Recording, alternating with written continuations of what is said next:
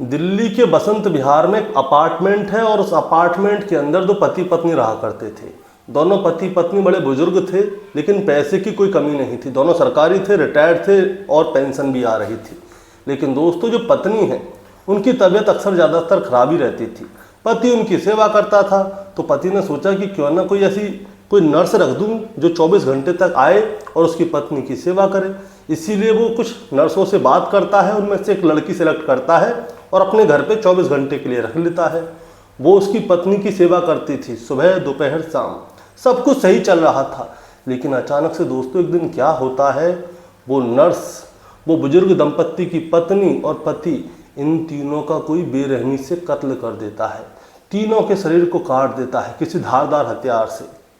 Police मौके पर पहुंचती है, तलाशी ली जाती है, हर चीज़ की एक एक सबूत को जुटाया जाता है। और जब नर्स के बिस्तरों की चेकिंग ली जाती है तो तकिया के नीचे से एक कॉन्डम निकलता है और कॉन्डम की वजह से उस नर्स के ऊपर सबको शक होता है कि हो ना हो इसी का कोई बॉयफ्रेंड होगा जो कि नर्स को भी मार गया, बुजुर्ग दंपत्ति को भी मार गया। लेकिन दोस्तों ऐसा नहीं था। कत्ल करने वाला कोई ऐसा था जिसके बारे में कोई सोच भी नहीं सकता, क्योंकि परिवार का भी कोई सदस्य नहीं था, दूर दूर तक का कोई रिश्तेदार नहीं था, अड़ोसी पड़ोसी नहीं था, कोई नौकर भी नहीं था। उस कॉन्डोम की वजह से पुलिस जो है कातिल तक पहुंच जाती है और आखिरकार कातिल को पकड़ लेती है। और फिर कातिल से पूछा जाता है कि आखिर तुमने ये 3 हत्याएं क्यों की। दोस्तों उसके बाद एक कहानी का खुलासा होता है और जो कहानी का खुलासा होता है तो सभी लोग चौंक जाते हैं। आज की कहानी इन्हीं बुजुर्ग दंपत्ति की है कि इनकी हत्या आखिर किसने की और पुलिस कॉन्डोम के जरिए कातिल तक कैसे पहुंची। दोस्तों कहानी शुरू करूंगा उससे पहले मैं बस आपसे यही कहना चाहूँगा कि अगर आप मेरे चैनल पे नए हैं तो जल्दी से चैनल को जल्दी से सब्सक्राइब कर दीजिएगा, ताकि रोजाना रात को 8 बजे मैं आपके लिए एक सच्ची घटना की कहानी लेकर आ सकूँ। नमस्कार दोस्तों, मैं गौरव शर्मा और आप देख रहे हैं गौरव शर्मा सफ़र। दोस्तों आज की जो सच्ची घटना मैं आपको सुनाने जा रहा हूँ, ये सच्ची घटना शुरू होती है राष्ट्रीय राजधानी दिल्ली से। दिल्ली में एक एरिया लगता है बसंत विहार और बसंत विहार में बसंत अपार्टमेंट है। दरअसल दोस्तों मैं बात कर रहा हूँ 23 जून 2019 की सुबह लगभग 8 बजे के आसपास का समय होगा। बसंत अपार्टमेंट की पहली मंजिल पे सुबह लगभग 8 बजे के आसपास एक नौकरानी आती है जिसका नाम होता है बबली। बबली दरवाजे को बार बार खटखटा रही होती है, लेकिन अंदर से कोई भी रिस्पॉन्स नहीं आ रहा होता। बबली लगभग 5 से 10 मिनट तक दरवाजे को खटखटाती रहती है, लेकिन दरवाज़ा कोई खोलता नहीं है। तभी बबली को याद आता है कि उसके पास एक एक्स्ट्रा चाबी है जिसकी मदद से वो दरवाज़ा खोल सकती है। अब जैसे ही वो लॉक में अपनी चाबी लगाती है तो पता चलता है कि लॉक तो पहले से ही खुला हुआ है। अब बबली घर के अंदर जाती है और जब बबली घर के अंदर जाती है तो घर के नज़ारे को देखकर उसके पैरों के नीचे से ज़मीन खिसक जाती है और मुंह से चीख निकल जाती है। दरअसल घर के अंदर एक नर्स काम करती है जिसका नाम है खुशबू। खुशबू जो है खून से लथपथ पड़ी हुई है, उसका किसी ने कत्ल कर दिया है। अब जैसे ही बबली ने खुशबू को इस हालत में देखा तो उसके मुंह से चीख निकल जाती है और वो अपार्टमेंट के अंदर जो उस घर में बुजुर्ग दंपत्ति रहा करते हैं उन्हें देखने के लिए जाती है। और जब वो अंदर जाती है तो पता चलता है कि कमरे के अंदर जो बुजुर्ग दंपत्ति हैं उनके साथ भी वही हुआ है जो उनकी नर्स खुशबू के साथ हुआ था। अब बबली वहाँ से जोर जोर से चीखने लगती है, चिल्लाने लगती है। अब जब बबली जोर जोर से चीख रही थी, चिल्ला रही थी, तो अड़ोसी पड़ोसियों के पास आवाज़ जाती है। अड़ोसी पड़ोसी भी तुरंत अपार्टमेंट में आते हैं ये देखने के लिए कि आखिर क्या हुआ है। अंदर जाके देखते हैं कि बुजुर्ग दंपत्ति और उनकी नर्स वहाँ पे मरी पड़ी है। इतने में ही कोई पुलिस को फ़ोन कर देता है। पुलिस तुरंत ही अपार्टमेंट पे पहुँच जाती है थोड़ी देर में ही। और जब वहाँ पे जाके देखा जाता है तो पता चलता है कि पहली लाश जो है नर्स की है। नर्स का नाम है खुशबू। खुशबू पिछले 6 महीने से इस बुजुर्ग दंपत्ति की सेवा कर रही थी। अब इस बुजुर्ग दंपत्ति के बारे में जानकारी ली जाती है तो पता चलता है कि जो पत्नी है उनका नाम है शशि माथुर और उनकी उम्र 75 साल के आसपास है। उनके पति का नाम है विष्णु स्वरूप माथुर जिनकी उम्र 80 साल के आसपास है।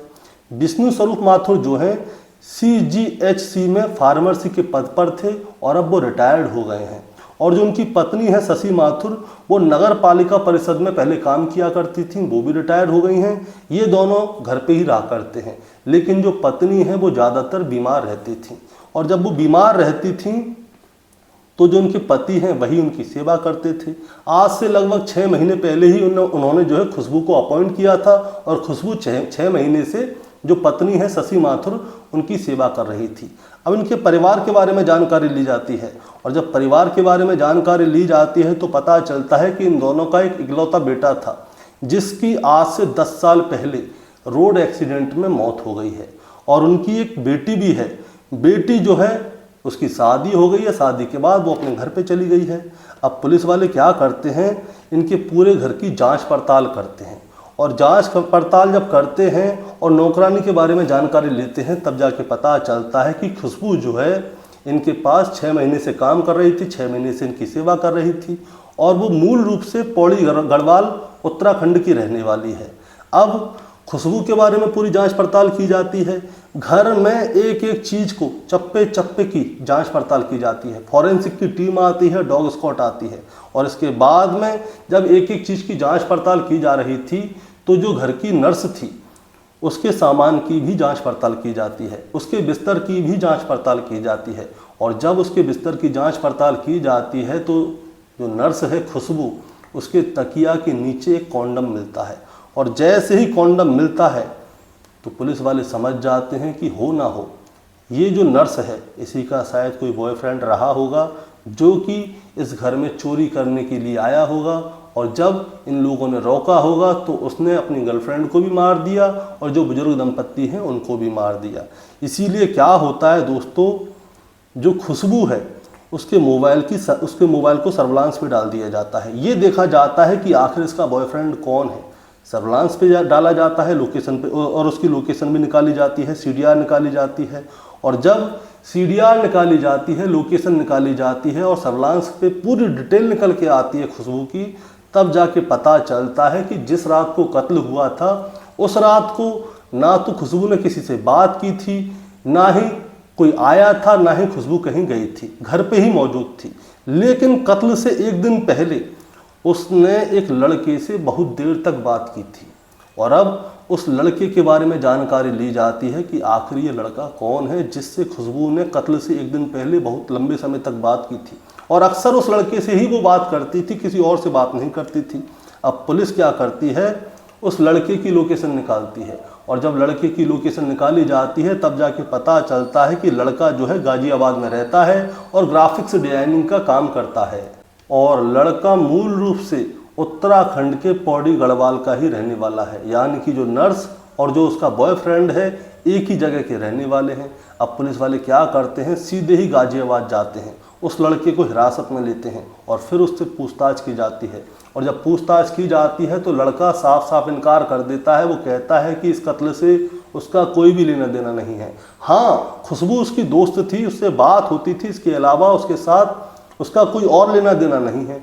अब पुलिस वाले क्या करते हैं, उस लड़के के साथ में सख्ती बरतते हैं, लेकिन लड़के के जवाब वही थे, इसके अलावा कोई और जवाब नहीं थे। 72 घंटों तक उस लड़के से पूछताछ की जाती है, लेकिन 72 घंटों तक उस लड़के के जवाब वही रहते हैं, उसके जवाब बदलते नहीं हैं। अब पुलिस वाले कहते हैं कि आखिर बात क्या है, इस लड़के के जवाब बदल क्यों नहीं रहे। और जब 72 घंटे गुजर जाते हैं तो 72 घंटे के बाद में क्या होता है दोस्तों, जो खुशबू है और जो बुजुर्ग दंपत्ति है उन तीनों की पोस्टमार्टम की रिपोर्ट सामने आ जाती है और जब पोस्टमार्टम की रिपोर्ट सामने आती है तब जाके पता चलता है कि जो खुशबू है उसके शरीर पे 36 से ज़्यादा बार किया गया है, किसी पेचकस से या किसी चाकू से या किसी धारदार हथियार से। खुशबू के शरीर पे इतने बार किए गए थे जिसकी वजह से उसकी मौत हो गई।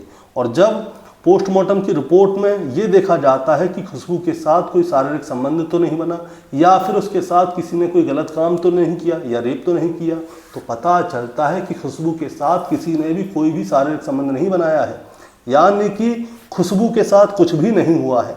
और जो बुजुर्ग दंपत्ति हैं उनके साथ जब देखा जाता है तब जाके पता चलता है कि जिस तरह से खुशबू के ऊपर हमला हुआ था उसी तरह से ही जो बुजुर्ग दंपत्ति हैं उनके ऊपर भी हमला हुआ था। दोस्तों, मैं आपको एक और बात बताना चाहता हूँ, जब पुलिस वाले इस पूरे मामले की जांच पड़ताल कर रहे थे तब जाके पता चलता है कि जो विष्णु हैं बुजुर्ग दंपत्ति विष्णु स्वरूप माथुर जिस समय पे इनका कत्ल हुआ था उस समय पे इनके घर में चोरी हुई थी। चोरी के समय इनका मोबाइल भी चोरी कर लिया गया था।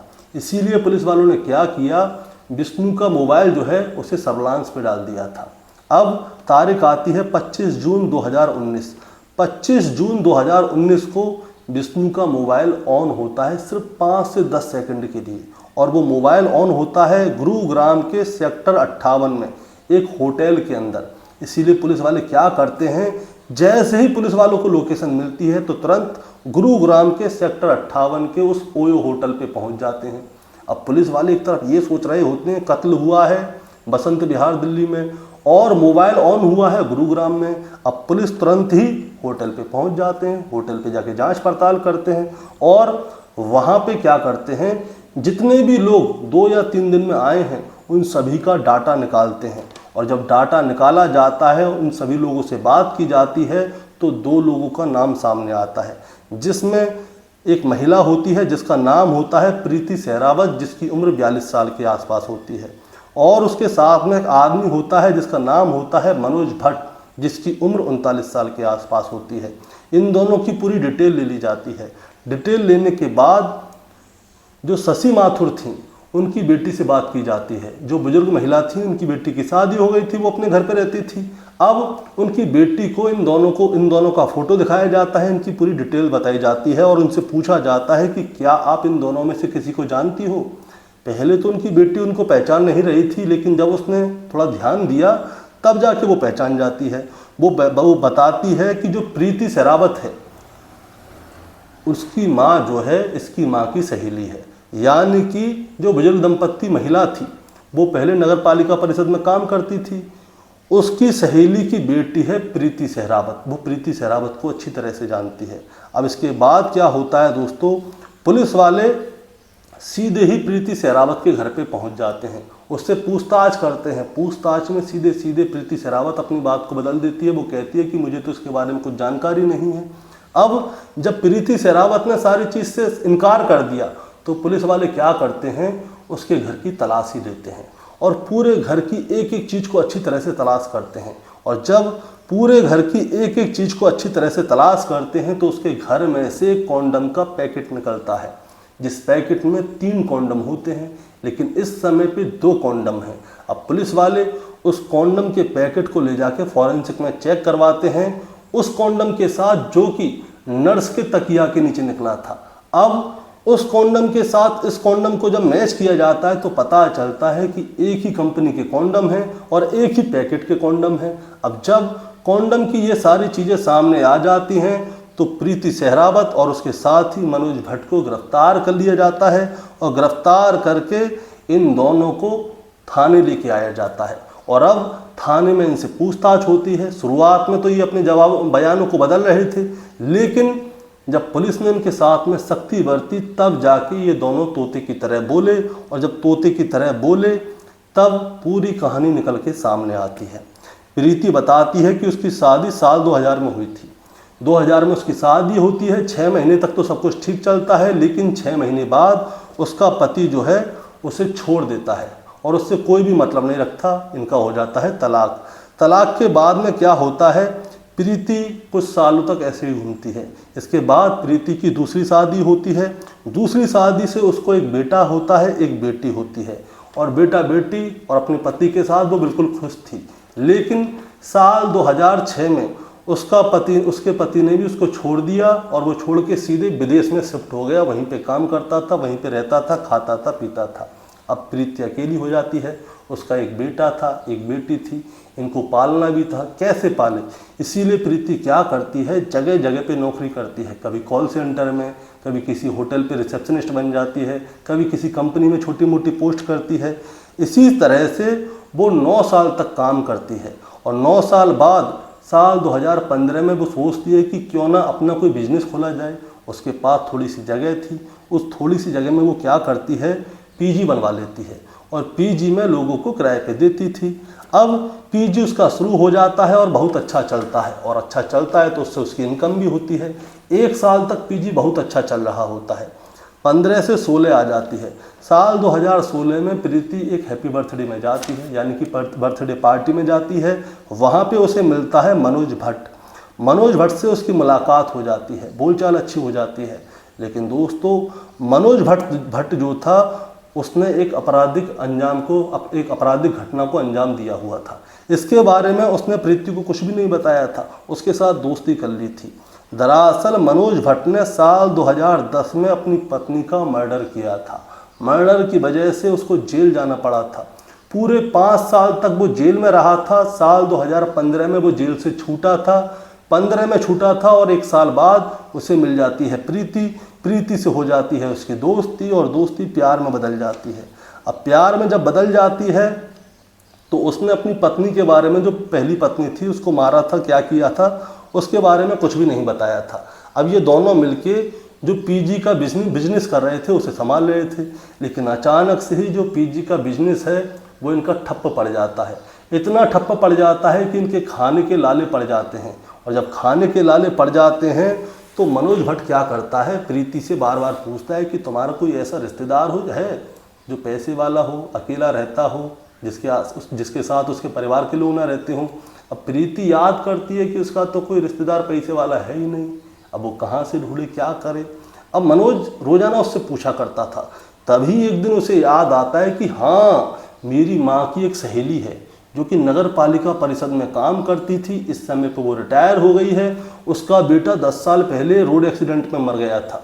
उसकी बेटी की शादी हो गई है, बेटी अपने घर पे रहती है, वो पैसे वाली है। दोनों पति पत्नी घर में अकेले रहते हैं और दोनों की जो है पेंशन आती है, और पेंशन भी हल्की पतली नहीं आती, बहुत मोटी पेंशन आती है। उन लोगों ने पैसा भी दबा के रखा होगा। तो मनोज उससे पूछता है कि वो लोग रहते कहाँ हैं।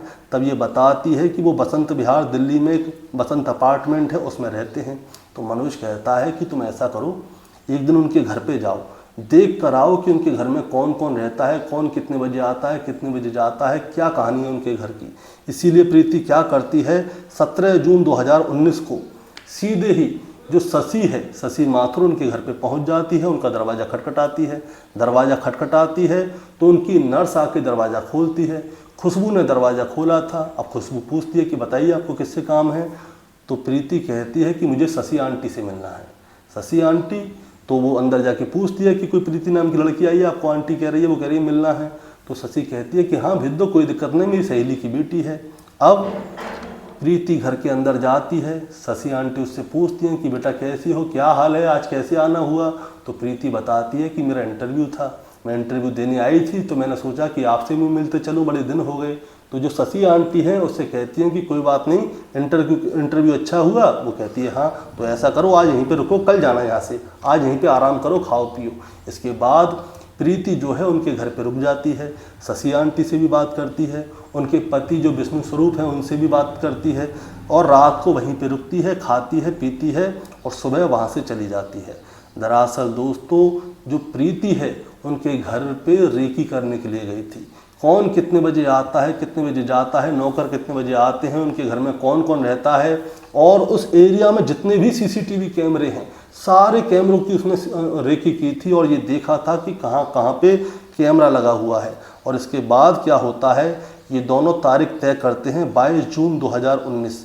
22 जून 2019 को इन्होंने फाइनल कर लिया था कि आज उस बुजुर्ग दंपत्ति के घर पे चलेंगे। 22 जून 2019 को ये लोग अपने घर से निकलते हैं। रात को लगभग 11:15 बजे ये लोग बसंत अपार्टमेंट पे पहुंच जाते हैं। बसंत अपार्टमेंट पे जाके जो प्रीति है उसने घंटी बजाई तो सीधे ही जाके खुशबू ने दरवाज़ा खोला। अब वो देखती है कि प्रीति आई है। वो कहती है क्या हुआ। वो कहती है कि आज मैं और आई थी तो मैं सोच रही थी आंटी से मिल लूँ, तो आंटी से कोई परेशानी है ही नहीं। प्रीति और खुशबू से जानती थी। वो कहती है कि आ जाओ। अब प्रीति कहती है कि अगर तुम्हें बुरा ना लगे तो मेरे साथ मेरा बॉयफ्रेंड और है, उसे भी बुला लूँ। खुशबू कहती है कि हाँ बुला लो। अब मनोज को भी अंदर बुला लेती है। प्रीति और मनोज दोनों घर में चले जाते हैं, और जिस समय पे ये अंदर जाते हैं तो मनोज कहता है खुशबू से कि खुशबू एक कप चाय मिल जाए तो थोड़ा, तो खुशबू कहती है कि ठीक है बना देती हूँ चाय। अब इतनी ही देर में जो बुजुर्ग दंपत्ति हैं विष्णु स्वरूप, उनकी आंखें खुल जाती हैं। आंखें खुलती हैं तो वो खुशबू से पूछते हैं कि कौन है। तो खुशबू बताती है कि प्रीति आई है और उसका बॉयफ्रेंड है उसके साथ में मनोज, तो वो कहते हैं कि हाँ ठीक है कोई दिक्कत नहीं। अब इतनी ही देर में ये लोग क्या करते हैं, टीवी चला देते हैं। रात को इंडिया और अफगानिस्तान का मैच आ रहा था। इधर में प्रीति, खुशबू और मनोज ये तीनों बैठ के चाय पी रहे थे। अब मनोज क्या करता है, जैसे ही उसे मौका मिलता है, उसके पास एक धारदार हथियार होता है, टीवी की आवाज़ को करता है तेज और वहीं पे जो खुशबू बैठी हुई थी उसके शरीर में उस धारदार हथियार को घोंपने लगता है। इतनी बार घोंपने लगता है, लगभग 36 से 37 बार उसके शरीर पे उसने हमला किया था, जिसकी वजह से खुशबू की वहीं पे मौत हो जाती है। और खुशबू की चीखने चिल्लाने की आवाज़ें घर के बाहर ना जाए, इसीलिए इन लोगों ने टीवी की आवाज़ तेज की थी। इधर से जो बुजुर्ग दंपत्ति है उन दोनों की आंखें खुल जाती हैं। उन दोनों की आंखें खुलती हैं तो उन दोनों के ऊपर भी ये दोनों मिलकर हमला कर देते हैं और उन दोनों का भी कत्ल कर देते हैं। इसके बाद पूरे अपार्टमेंट की अच्छी तरह से तलाशी लेते हैं, सारी अलमारियों को खोलते हैं, लॉकरों को चेक करते हैं और देखते हैं कि घर में क्या क्या चीज़ कहाँ पर रखी हुई है। इन लोगों को वहाँ से एक हीरे की अंगूठी मिली। हीरे की अंगूठी के साथ साथ लॉकेट मिला सोने का, सोने की चूड़ियाँ थीं और कुछ पैसे नगदी भी थे। ये उन सबको बटोर लेते हैं और रात को लगभग 2:30 बजे तक ये लोग वहाँ पे अच्छी तरह से तलाशी लेके जो जो इनके हत्थे लगता है उसे बटोर के चुपचाप दरवाज़ा लगाते हैं और वहाँ से निकल जाते हैं। ये लोग घबरा जाते हैं और घबराने की वजह से ये लोग क्या करते हैं, अपने घर नहीं जाते, ये जाते हैं सीधे गुरुग्राम। गुरुग्राम में एक ओयो होटल लेते हैं और वहाँ पे जाके आराम करते हैं। लेकिन इन दोनों से गलती हो जाती है। गलती ये होती है कि उस बुजुर्ग दंपत्ति का ये मोबाइल भी अपने साथ ले आए थे और गलती से इनसे वो मोबाइल ऑन हो जाता है। ऑन होने की वजह से पुलिस सीधे ही इनके पास जाती है, इन दोनों को गिरफ्तार कर लेती है और उसके बाद पूरी कहानी निकल के सामने आती है। इसके बाद इन दोनों को गिरफ्तार करके जेल भेज दिया जाता है। अब होता क्या है दोस्तों, जो प्रीति है वो क्या करती है, लगभग 1.5 साल बाद कोर्ट में अपील करती है। वो कहती है कि मैं इस केस में सरकारी गवाह बनना चाहती हूँ और मनोज ने जो जो किया है उसे सारी चीज़ को डिटेल में बताना चाहती हूँ। मुझे सरकारी गवाह बना दो, मुझे आज़ाद कर दो। मनोज ने सब कुछ किया है, मैंने तो कुछ किया नहीं है। लेकिन उस समय पे जो कोर्ट है उसकी बात मानती नहीं है। लेकिन कुछ साल बाद यानी कि साल 2025 के जून में उसकी याचिका स्वीकार कर ली जाती है और अब प्रीति सहरावत जो है सरकारी गवाह बनेगी। लेकिन अभी तक छूटे नहीं है, ये दोनों जेल में ही हैं। प्रीति सहरावत अब गवाह बनेगी और अपने ही बॉयफ्रेंड के खिलाफ अब वो गवाही देगी और गवाही देने के बाद उसके बॉयफ्रेंड को क्या सज़ा मिलती है क्या नहीं मिलती वो तो समय बताएगा। दूसरी प्रीति के साथ क्या होगा वो भी समय बताएगा। लेकिन दोस्तों, इस कहानी को सुनाने का मतलब आपको परेशान करना या विचलित करना बिल्कुल नहीं है। बस आपको बताना है और जताना है। बताना जताना ये है कि आज के समय पे सभी लोग ऐसे हो गए हैं कि ये देखते हैं कि कौन रिश्तेदार पैसे वाला है और अब सबके मन में यही आ रही है कि कैसे शॉर्टकट से पैसा कमाया जाए। जब आदमी अंधा हो जाता है और उसकी आंखों पे पैसे की चमक आ जाती है तो वो कुछ भी करने के लिए उतारू हो जाता है। प्रीति और उसके बॉयफ्रेंड मनोज ने यही किया। प्रीति को ये भी नहीं बताया था कि उसने अपनी पहली पत्नी का कत्ल कर दिया है। अगर शायद वो प्रीति को बता देता तो शायद प्रीति उससे दूर हो जाती। लेकिन इन दोनों का जब काम ठप हो गया तो इन दोनों ने शॉर्टकट अपनाया और शॉर्टकट अपना के ये सोचा कि इनका कौन सा रिश्तेदार पैसे वाला है। आजकल पैसे वाला होना भी गुनाह है और अच्छा इंसान होना भी गुनाह है। वो दोनों बुजुर्ग दंपत्ति प्रीति को अपनी बेटी की तरह ही मानते थे, इसीलिए तो अपने घर में आने दिया, रात को भी आने दिया। लेकिन इन दोनों ने कितना विश्वासघात किया, उन दोनों का कत्ल कर दिया और घर में जो भी सोना चांदी था उसे चुरा के ले गए। दोस्तों, आपका क्या कहना है इस कहानी के बारे में, आप जरा हमें कमेंट में बताएं। चैनल पे नए हैं तो सब्सक्राइब करके जाएं ताकि रोजाना रात को 8 बजे मैं आपके लिए एक सच्ची घटना की कहानी लेकर आ सकूं। नमस्कार।